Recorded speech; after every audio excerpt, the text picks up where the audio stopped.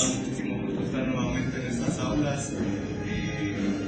Pues tenemos esta música de fondo y vamos a, no sé si me oyen atrás, ¿sí se oye? Sí.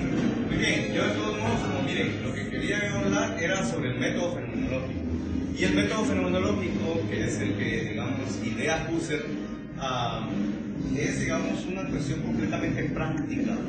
Y entonces, para aprovechar un poco este escenario en el que estamos y digamos, tener esta interacción también con este mundo de vida en el que estamos finalmente, me gustaría que escucharan la música.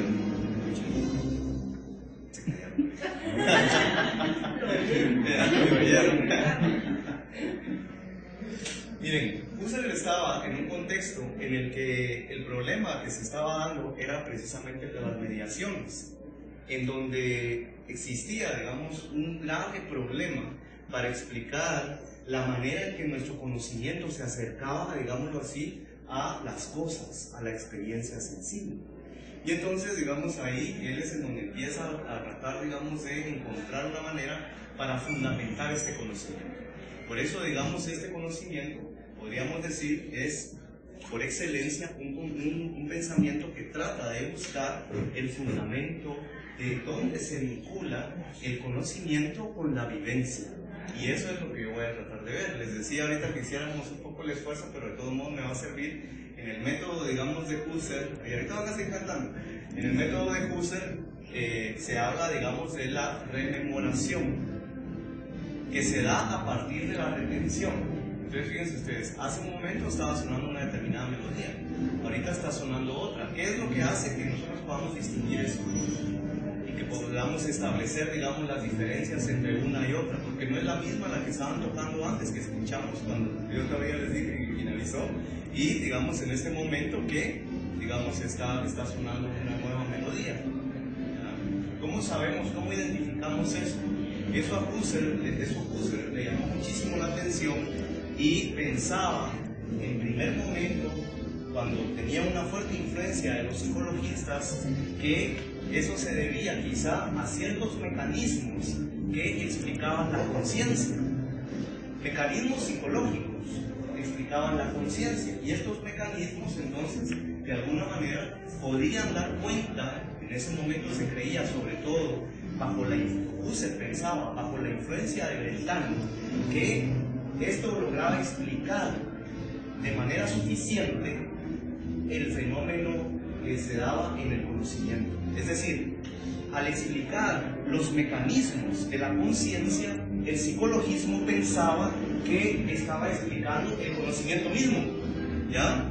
Pero ahí es en donde Husserl empieza, digamos, a trabajar y a darse cuenta que el mecanismo psicológico para conocer las cosas no dice nada de las cosas. Y entonces ahí es en donde él, digamos, va a empezar a ver cómo es que se da esto, cómo se relaciona la vivencia con el conocimiento. Y por eso, para él, parte fundamental de su obra va a ser la confección de un método que nos ayude a ya no seguir dividiendo el conocimiento de las vivencias. A ver, y entonces, ¿cómo es que esto se da? ¿Cuáles son las condiciones en que el conocimiento se relaciona con la vivencia? Que más adelante, en las obras quizá ya de madurez, va a dar en llamar experiencia. Pero ya la experiencia va a ser ya una explicación mucho más sofisticada, en la que efectivamente entran el mundo, el conocimiento, por supuesto, y la vivencia que estamos teniendo, con una serie, digamos, de condiciones que están dadas como estructuras lógicas dentro del yo, pero también como significados evidentes que posee la cosa, o digamos el objeto. Decía por eso Husserl que la fenomenología en ese sentido era la filosofía empirista por excelencia, porque era la que iba a tratar de ir a las cosas mismas. Y el método que propone va a tratar de ir nuevamente a las cosas mismas. Yo les quiero proponer hoy que desarrollemos en base a un texto que es escrito en 1914 por un estudiante de Husserl muy adelantado, pero que lamentablemente muere muy joven. Adolf Reinach es el nombre de este autor, que escribe un texto que se llama Introducción a la Fenomenología. La tesis que creo yo que va a dirigir esta ponencia es la siguiente: la fenomenología no es un método fundado en enunciados y verdades. ¿Qué quiere decir eso? La fenomenología no va a proponer el método fenomenológico, no va a proponer una serie de enunciados y postulados sobre los que luego va, digamos, a fundarse para desde ahí desplegar su conocimiento. Más bien va a ser lo contrario. Lo que va a tratar de hacer es librarse de esos enunciados y de esas verdades para poder ir realmente hacia las cosas mismas. ¿Por qué? Husserl estaba en este momento también muy influido por Hume, que había realizado un análisis sobre las causas. ¿Cuál es la conexión que tienen las causas con nuestro conocimiento? Y una de las cosas que Hume se dio cuenta es que las causas no las podemos constatar en la experiencia de las cosas. Y entonces quiere decir que es un agregado que se le pone que nosotros no podemos comprobar que sea realmente de esa manera, más allá de los límites de nuestro propio conocimiento. Esta es la tesis. La hipótesis que yo les propongo como camino de indagación, de investigación, es posiblemente el método fenomenológico de cuenta de los fundamentos de las vivencias del conocimiento. En este punto es importante que para Husserl se da cuenta que el conocimiento no podría estar desvinculado de la vivencia. Para los neokantianos, recordemos que el problema era en que no podíamos nosotros alcanzar la experiencia, el objeto nunca lo íbamos a alcanzar. Y si no lo podíamos alcanzar, entonces ¿qué era lo que sucedía? Ciertas estructuras de nuestro conocimiento era lo que finalmente creaba, digámoslo así, toda la estructura para establecer, digamos, nuestro conocimiento desde ciertas condiciones. Ahí entonces es en donde empezamos a ver cómo esto tiene limitaciones, porque de todos modos eso implicaría que nuestro pensamiento estaría aislado completamente de nuestras vivencias. Y si eso fuera, digamos, algo que nosotros ya tenemos comprobado y ya lo tenemos fundamentado. Lo que Husserl se da cuenta es que no se ha fundamentado que el conocimiento sea distinto de la vivencia. Y por ese motivo es, digamos, que él va a empezar a ver más bien cómo es que se relaciona el conocimiento con la vivencia, cómo se relaciona el conocimiento con el mundo. También planteo una pregunta: ¿cuáles serían entonces las condiciones metodológicas para conseguir un conocimiento fundamentado? Es decir, un conocimiento que se vincule con las vivencias. Pero ¿cuáles son, digamos, estas condiciones? Husserl llega a considerar, a partir del estudio de Hume, que nosotros no podemos considerar las causas como parte, digamos, de las evidencias que se nos ofrecen en la experiencia. Tampoco podemos considerar las finalidades, mucho menos las convenciones, digamos, como parte de esta experiencia. Entonces, aunque el conocimiento de las causas y las finalidades pueda ser algo, pues, que uno pueda buscar, digamos, por mérito, digamos, cuáles serán las causas y cuáles serán los fines, que quizá no se miran, pero que de alguna manera están ahí implícitos, pues entonces dice Husserl, no, el problema con esto es de que precisamente el buscar esos elementos es lo que nos impide conocer las cosas realmente como son. Entonces, por más venerable que sea la búsqueda de causas y de finalidades, no es eso lo que vamos a hacer con el método fenomenológico. ¿Por qué? No porque no sirvan para nada, sino porque en este momento de los pasos que queremos dar para ver cómo se relaciona la vivencia con el conocimiento, no nos va a servir conocer esto. Entonces lo ponemos entre paréntesis. Ahí viene el famoso paréntesis de Husserl para, digamos, establecer que estas cosas, por muy venerables que sean, no nos sirven para ir a las cosas mismas. ¿Por qué? Porque este conocimiento nos va a producir más bien una idea general de lo que digamos, nosotros estábamos buscando. Pero el problema no está en la idea general. El problema está que cuando obtenemos la idea general, nos olvidamos del objeto y nos quedamos solamente con la idea. Y luego, fíjense ustedes, todavía, digamos, ya para ajuste de penas, luego cuando ya tenemos, digamos, solo la idea, luego ya no sabemos cómo esa idea se relaciona con el objeto. Y ya no podríamos entonces fundamentarlo.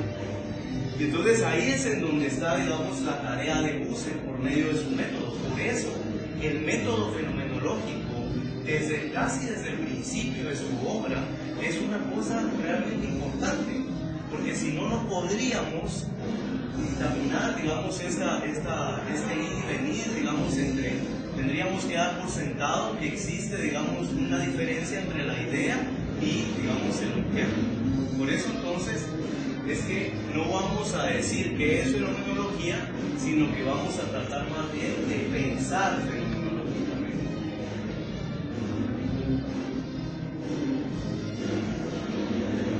La fenomenología tampoco es un conjunto de proposiciones ni verdades filosóficas. Quizá lo único que está tratando de ver es cómo nos relacionamos con los objetos y también qué estructuras e idéticas tenemos nosotros para relacionarnos con esos objetos. En este primer momento tenemos que establecer que las estructuras e idéticas no son ajenas al objeto.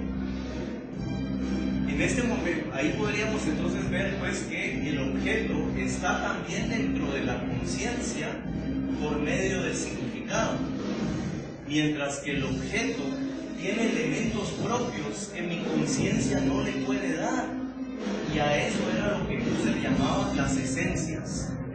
A eso lo vamos a ir viendo también poco a poco, pero miren, todo se fundamenta a partir de ciertos pasos que vamos a dar fenomenológicos, pero no podríamos decir qué es la fenomenología. En todo caso, si tenemos que dar una respuesta, si nos agarran un poco ahí contra la espada de la pared, pues tendríamos que responder que la fenomenología es un método. ¿Y un método de qué? Un método de la búsqueda de los fundamentos.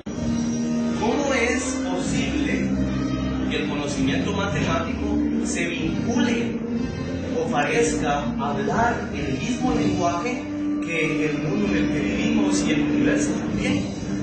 O sea, uno puede empezar a ver aquí, digamos, este tipo de elementos. ¿Cómo es, digamos, que funciona esto? A ver, uno dice, sí, funciona. Qué bueno que funcione.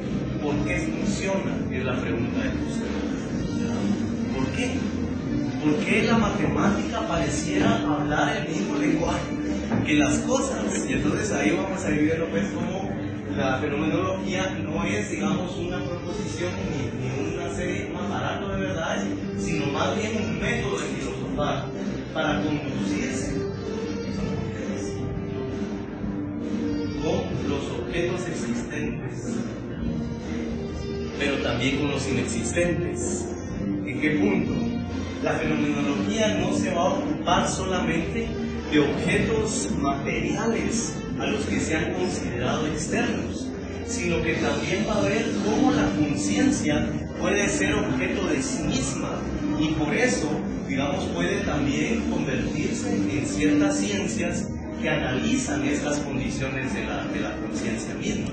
Dentro de esas condiciones, de estas ciencias, va a ubicar él la posibilidad, por supuesto, de la filosofía, pero también la posibilidad de una psicología fenomenológica. Es decir, que explique las condiciones de la conciencia a partir, digamos, de ponerse a sí misma como objeto. Y entonces uno dice, ah, sí, eso de la conciencia es un objeto existente. Materialmente no lo sabemos. Hay un gran debate, digamos, de dónde está ubicada también. La filosofía de la mente ha indagado esto, sobre todo en esto, y ha tratado, digamos, de establecer quizá la conciencia en algún lugar del cuerpo, pero ya el mismo Husserl, fíjense ustedes, el mismo Husserl hace grandes avances en este respecto, porque él considera que todo el cuerpo tiene, digamos, una conciencia, todo el cuerpo es conciencia siempre de él. ¿Cómo nos desenvolvemos frente al mundo? Dice Husserl, nos desenvolvemos por necesidades y fines. Vamos a encontrar entonces que podemos hacer reducción de muchas cosas en el conocimiento. Husserl se da cuenta que podemos reducir casi todo lo que tenemos. En ese sentido, retoma las meditaciones cartesianas para decir, todo aquel conocimiento que yo he obtenido lo voy a dar entre paréntesis, no porque no importe, sino porque en este momento yo mismo quiero verificar lo que voy a conocer. Y en ese sentido, Husserl también retoma un poco el camino cartesiano. A ver, bueno, si ponemos todo entre paréntesis, ¿qué es lo que resiste el paréntesis? Lo que resiste el paréntesis son dos cosas importantes, el yo y el mundo. Porque, digamos, si uno se abstrae de todo, si uno duda, si uno sufre, si uno duerme, si uno está alegre, etc., el que está haciendo siempre eso es el yo. Mientras que, bien, y si yo cierro los ojos, y si yo me duermo, si yo me muero, si me quedo loco y sin conciencia, o no sé, me pasa algo, ya no dejo de ver las cosas, entonces el mundo desaparece. Sabemos que no, el mundo continúa. Y entonces para Husserl, estas son las dos grandes evidencias que van a sobrevivir al poner entre paréntesis todo el conocimiento que tenemos. Fíjense ustedes que ¿por qué resiste esto? Porque es tal, digamos, la evidencia de estos dos elementos, del yo y del mundo, que la única alternativa que queda para no pensar, para no tenernos como tal, es recurrir al juego del como si, del como si fuéramos de otra manera. Pero ahí se ve entonces ya la fuerza y la evidencia de estos dos elementos, porque entonces ahí es en donde vamos a darnos cuenta que, pues efectivamente, este juego del cómo sí, de la representación metafórica de algo, como que si fuéramos de otro modo, no resiste la evidencia y entonces se convierte a su vez en una posibilidad, por supuesto, pero que no tiene condiciones de evidencia y entonces por tanto no lo podríamos poner como un elemento fundamental para nuestro método. Eso entonces nos da, digamos, el parámetro de las coordenadas fundamentales con las que Husserl quiere establecer el método. Y entonces el mundo, fíjense ustedes, es válido para el yo. Son estos dos elementos, el juego, digamos, entre el yo y el mundo. Aunque lo que realmente se repara en el mundo, dice Reina, es poco. Porque estamos acostumbrados, y aquí vamos a empezar a ver un poco este juego de la época, porque entonces nos vamos a dar cuenta que cuando uno conoce algo, lo que conoce es la definición de algo, pero no conoce el algo, no conoce el objeto. Y entonces ahí es en donde Husserl va a empezar a decir, aún entonces las definiciones tienen que dejarse de lado para impulsar realmente esta nueva manera de ver el mundo. La consecuencia política, si ustedes quieren, dentro de las ciencias, va a ser de un franco agotamiento. Un agotamiento, ¿por qué? Porque los conocimientos entonces vamos a tratar siempre de dar la mejor definición, pero de todos modos esas definiciones no tienen fundamento. Y como ya decíamos también hace un momento, no tienen conexión con, digamos, las cosas, y luego no podemos explicarlas. Las definiciones, dice Reina, se alejan de la experiencia del mundo. Hablar de las cosas ya las refiere, pero no vamos a las cosas mismas. Y entonces ahí es en donde podemos nosotros empezar a ver cómo se tiene que plantear un método. Para Husserl es tan importante plantear el método porque el conocimiento de las ciencias occidentales está en crisis precisamente porque no han encontrado este fundamento. Por eso entonces se va a hacer un acercamiento a las vivencias del yo. Y quizá es en este punto en donde a Husserl se le va a acusar de idealista. ¿Por qué? Porque él va a tratar de explicar cuáles son las condiciones en las que el yo tiene sus vivencias. Y a esto es a lo que le va a llamar estructuras eiléticas, sobre todo en las obras de ideas, tanto en los Somos Uno como en los Somos Dos. Y entonces ahí es, digamos, en donde vamos a ir viendo cómo Husserl va a desplegar a partir de toda su obra, quizá no son tratados. Cuando uno lea Husserl, tiene que estar muy consciente que no está frente a un tratado, sino que está frente a una obra que es el laboratorio de Husserl tratando de probar el método. La psicología también. La psicología trató de alguna manera de explicar los mecanismos de la conciencia. Y luego, a partir de esa explicación de los mecanismos de la conciencia, pensó que eso era suficiente para explicar, digamos, el fenómeno del conocimiento.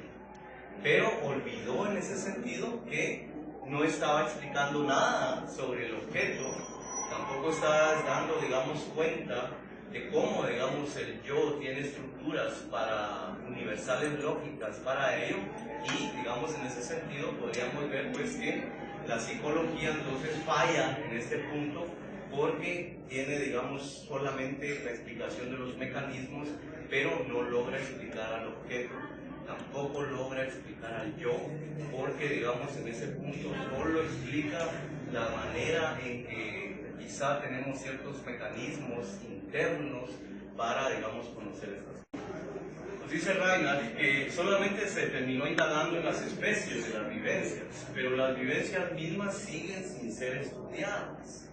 Quizá solo se realizó una clasificación de ellas, pero siguieron, digamos, sin ser estudiadas específicamente. Lo psíquico, dice Reinhardt, no se puede determinar solamente por nuestras disposiciones, sino por lo que nos es dado originariamente. Es decir, lo psíquico no se puede explicar solamente desde sí mismo, sino que se da específicamente en la relación siempre con su objeto. Entonces no podríamos desvincular al yo del objeto que está conociendo. La investigación psicológica de las vivencias no puede pretender ser solamente de la conciencia, tampoco puede pretender ser solamente de lo dado.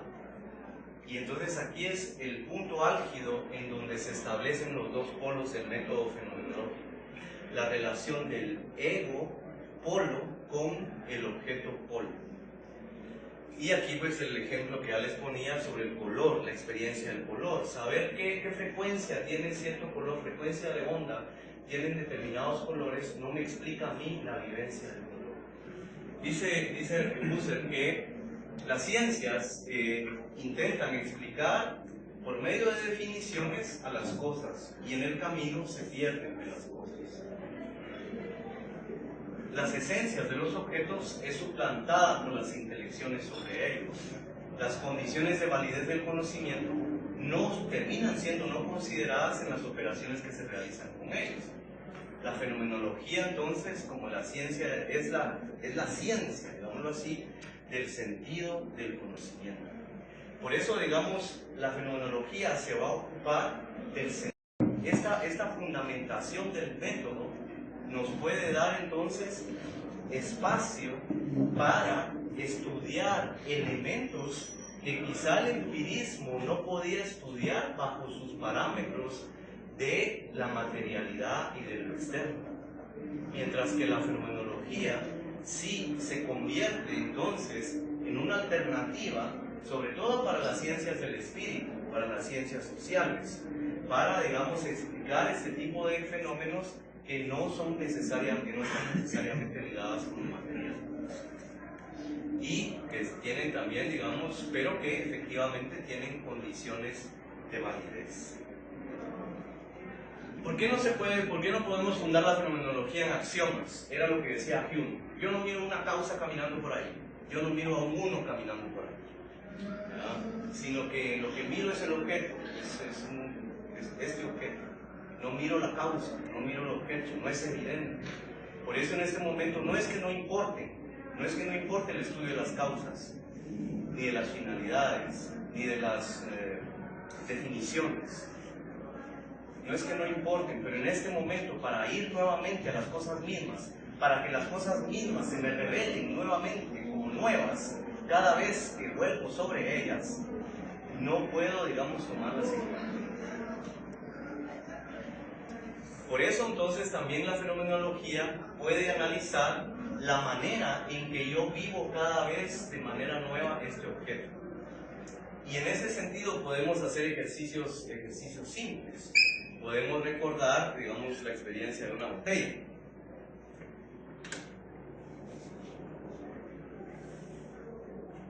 Luego tenemos la botella aquí y la ponemos en este lugar. ¿Qué podríamos decir sobre la botella? Podríamos decir que es una botella que está puesta sobre la mesa, que tiene un líquido adentro, que tiene, digamos, algo adentro. Parece, digamos, un líquido transparente. En el trasfondo de esta botella hay varias personas escuchando, alguien vestido de azul hablando, y más en el fondo hay otro presentador hablando de la música, de los actos que están haciendo, y esto entonces da como un contexto para toda esta, digamos, esta experiencia. Todos esos elementos forman parte de esta experiencia. Ahora bien, ¿qué no es fenomenología frente a esto? Si yo me pregunto de dónde viene, cómo está compuesta, cuáles son sus elementos que la componen, si yo me pongo a definir que por medio de generalidades y nociones generales que es una botella, no sé si logro explicar ese punto. Digamos, es la diferencia, digamos, de la fenomenología radica en que yo no me voy a dedicar a las causas, ni a las finalidades, ni a las convenciones, por más venerables que sean, sino que simplemente voy a tratar de ver qué es lo que hay ahí. Y cada vez esta botella va a ser distinta, cada vez que la mire. Por supuesto que puedo mantener esta experiencia en la retención de mi conciencia, y puedo en ese sentido entonces volver a ver la botella. Ahorita que se fue la luz, ya no está la botella. ¿Y en dónde quedó? La puso ahí abajo. No. Pensemos, digamos, en la retención que hace en este momento la conciencia. La conciencia entonces tiene ciertas estructuras eidéticas con las que mantiene la vivencia. Y quiere decir entonces que estas mismas condiciones de las condiciones eidéticas estructurales en la conciencia también forman parte de las evidencias de la experiencia. Es decir, lo que está en mi conciencia no es algo que obstruya el conocimiento, sino que más bien forma parte integral de él.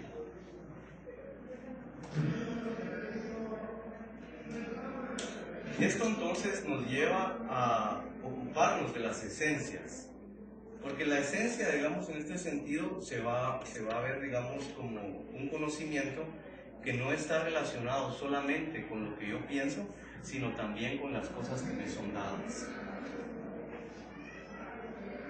La intuición, Husserl pensaba que era como volver a ver las cosas, verlas siempre de una manera nueva. Y este ver siempre de una manera nueva abre nuevos caminos entre los signos, las definiciones y las reglas para ir, digamos, hacia las cosas mismas. Porque finalmente podríamos decir qué es un signo, qué es una predicación, qué es una definición, qué es una regla. Si no tenemos, entonces uno podría decir, hacen alusión a las cosas. Por supuesto hacen alusión a las cosas que tratan de representar, pero también hacen alusión a la estructura que tiene nuestra conciencia para concebir las cosas.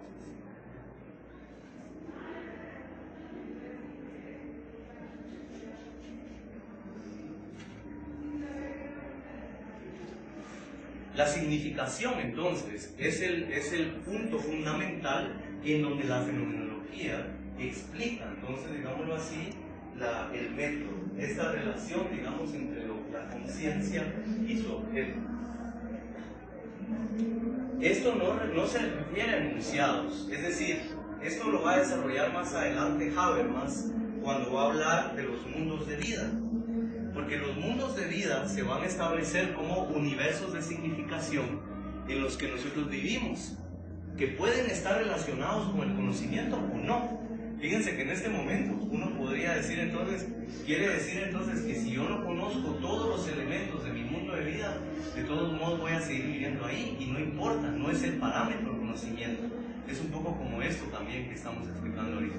El parámetro no es el conocimiento. ¿Conocimiento de qué? De causas, efectos y finalidades, sino más bien, digamos, lo que constituye, digámoslo así, a la experiencia.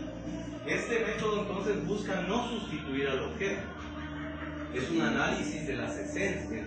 El análisis de las esencias no es el fin entonces, sino que es un medio para alcanzar entonces el objeto. La fenomenología no utiliza categorías como engaño y error, antes bien toma el descubrimiento o no descubrimiento como condiciones de la vivencia. Quiere decir pues de que no, aquí no estamos estableciendo que esto es verdadero o es falso. Que la experiencia del miedo, por ejemplo, de la persona que no puede salir de su hogar, sea falso, porque no es específicamente material, no es que solo va a poner un paso fuera de su puerta y le va a pasar algo, ¿ya? Sino que es más bien un conocimiento que se refiere más bien a los descubrimientos.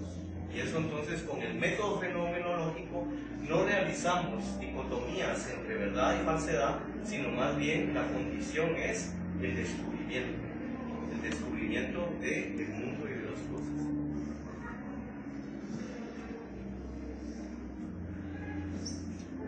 Platón establecía, solo vamos a recordar brevemente esto, ya voy a llegar a la conclusión, que uno no enseña nada, que únicamente lo que hay que hacer es recordar. Quizá aquí no vamos a decir que tenemos que enseñar a recordar, sino más bien que las personas miren las cosas con sus propios ojos, puedan tener, digamos, su propia experiencia, no de nociones ni de definiciones, sino de su propio conocimiento. El descubrimiento fenomenológico entonces es: el juicio se opone a la percepción.